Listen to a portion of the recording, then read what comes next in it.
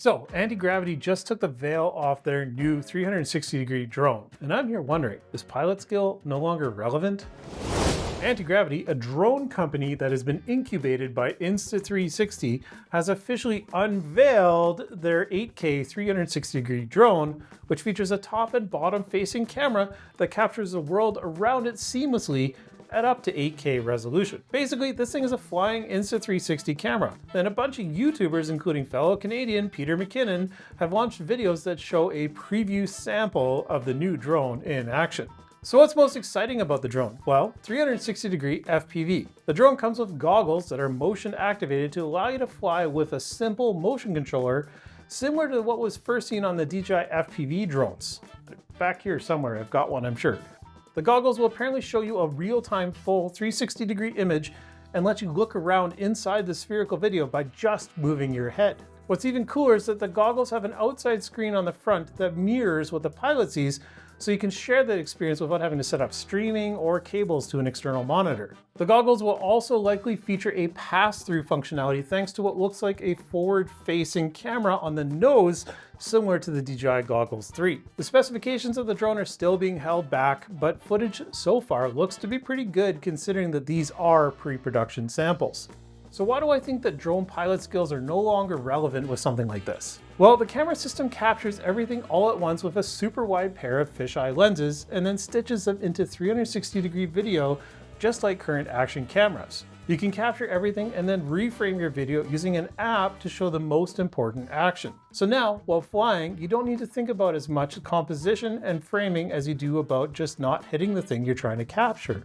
Potato Jet said it best in that you're basically getting a camera operator to fly alongside you, just like the bigger dual control drones like the DJI Inspire series, so you can focus more on flying and less on the shot. Now, of course, this new drone isn't going to be the death of all others out there, as the optics of a 360 camera means basically everything is in focus, and the look and feel of 360 video is far from cinematic. There's no replacement for a proper single lens camera setup, especially if you want to prioritize depth of field and cinematic framing or moves like a parallax orbiting shot. So pilots, keep flexing your fingers and practicing those skills. You don't need to panic, your Mavic is safe. Also, this camera drone being sub 250 grams means likely an awesome addition to a fleet of drones already in your bag without going over your carry-on limit. Maybe pair it with the upcoming DJI Mini 5 Pro?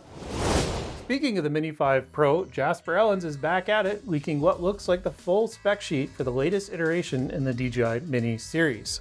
It seems like every year a new version of this drone comes out, just like another iPhone release. So let's review what are the big outstanding changes that we think are pretty much confirmed at this point for sometime in September this year. So here are the highlights. Weight. Well, nothing's really going to change here. The whole point of the Mini series is to be under 250 grams, which allows the drone a ton of freedom in quite a few countries around the world, including Canada. What is new is a C0 sticker that was spotted on the bum of the drone, which means that this drone will likely be allowed to fly under the European Open Category A1 operations, which means basically flights with minimal restrictions. For the battery, it looks like the Mini 5 Pro will use the same batteries as the Mini 3 and the Mini 4. And that's good news for current owners. You can probably reuse what you've already got. It also means that the plus size batteries will potentially work, giving longer flight times, but it's important to keep in mind that in Canada, that bumps the weight over 249 grams, which means you'll need a certificate and to register that drone. And it's the same story in the US. The plus size battery means registration, and of course you need the trust certificate at all weight categories of this drone. And in speaking of battery life, so far rumors are saying 36 minutes per pack. I guess that's with the small one. We'll see. So the biggest change we expect to see is in low light performance. The Mini 5 Pro is looking to come with a 1-inch sensor, the first ever on a sub 250 gram micro drone. It's going to be tied to a 24mm equivalent lens, which is basically the same as it's been forever, like the same field of view, and an f1.8 aperture, so good low light performance. Shooting modes look like it'll be up to 4K at 120 frames per second in video, and it'll have a nightscape mode, which increases sensitivity and gives it better low light performance. There'll be a new telephoto mode, which is probably going to be just a digital zoom or like a 2x crop, and then it brings back the true vertical shooting with gimbal rotation up to 330 degrees. Maybe it'll also have the spinny mode like on the Mavic 4, we'll see. So other features that are going to be new to the Mini series, well, LiDAR, the LiDAR-based forward-facing obstacle avoidance will be there in addition to the camera-based omnidirectional avoidance that it had previously. This will enable advanced return to home capability that can probably navigate through and around buildings without GPS assistance. There's new clip-on props with low noise tips, so you don't need to have that screwdriver with you anymore. And there's also new prop guards that are going to be specific to the Mini 5 Pro. But wait, there's more, and potentially something else carried over from the Neo. It's an auto takeoff button, potentially on the side, and controller-free launch options, including probably some sort of AI-based follow me mode to make the Mini 5 Pro more of a full-on selfie drone. And of course, we'll keep you updated as more leaks drop. Current unconfirmed rumors are a launch in September, and as always, credit to Jasper Ellens and Drone Excel for sharing all this information.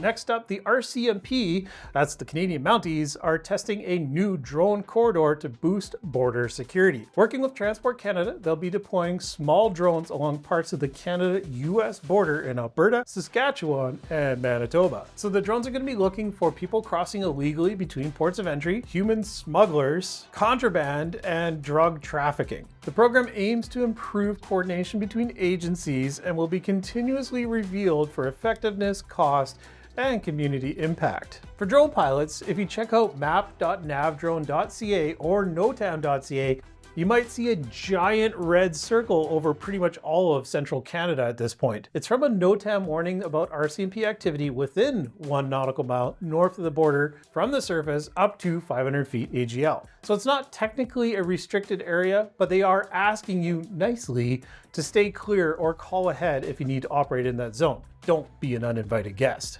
Contact numbers are up in the NOTAM and on NavDrone. Leaked images from Argentina account Senior Hornero, shared by Drone DJ, show what might be a cellular dongle for the Mavic 4 and its controller. You know, the drone that never actually launched officially in the USA, but we all know it exists because we've seen it. I've seen it. It's real, the dongle that is, and it could mean massive range and connection quality improvements, probably, of course, only for China and other Asian markets. Like, we haven't even seen it in Canada, and I don't see why we would. Given current import restrictions, the Mavic 4 itself is already tricky enough to get, and a dongle like this will likely never be officially available. Sorry. But here's what is officially available everywhere, anytime, around the world, delivered right to you in your office, your bedroom, and even in your bathtub. Us, Coastal Drone Co. Whether you're just starting out or gearing up for commercial operations, we have you covered. From basic to complex certifications, our online on-demand training is fast, convenient, and comprehensive. You could go from nothing to certified in just this afternoon if you took our online basic certification course. For more information, visit us at coastaldrone.co, sign up, pass the test, and fly with drone confidence. And last week, DJI surprised nobody except dust mites with the launch of the Romo, a robotic vacuum cleaner. So this may sound odd at first, but it actually kind of makes sense. It's the same LiDAR and obstacle avoidance technology that helps drones get home safely, and it's now helping vacuums dodge furniture. I mean, how many times have you come home to find your Roomba humping your guitar stand like me? So the Romo comes in a clear plastic case option, a slick design, and hopefully better navigation than the cheap RoboVac that's been trapped forevermore in Finn's bathroom. So just like DJI's drones, it looks like the Romo won't be in the US for the time being, but of course in China, the pricing looks to be the equivalent of roughly $650 for the Romo S, $750 for the Romo A, and $950 US for the transparent P version. Hopefully, the Romo does a little better on stairs than these dust butlers did.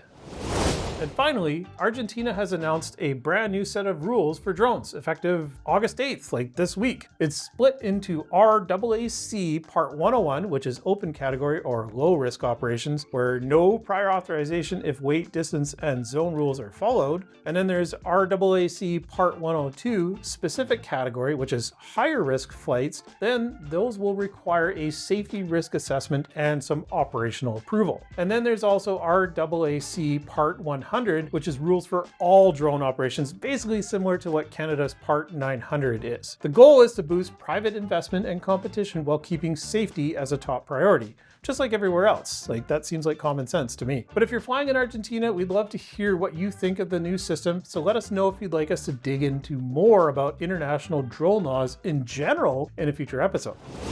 And speaking of future episodes, we've got a backlog of content in the pipeline, including our Mavic 4 hands-on video, new courses, and rants about nav drone that will likely never make it beyond our private community channel. Also, Finn and I are overdue for another podcast fight, so hit that subscribe button if you're an aspiring or professional drone pilot that loves to talk about drones and drone tech, because you've come to the right place. That's it for this week's Coastal Drone Weekly Drone News. If you found this useful, give it a like and a subscribe for more updates. Over 80% of you guys watching are not subscribed, so please hit that subscribe button. We'll see you next week, unless that anti-gravity drone kills the industry and we're all done for.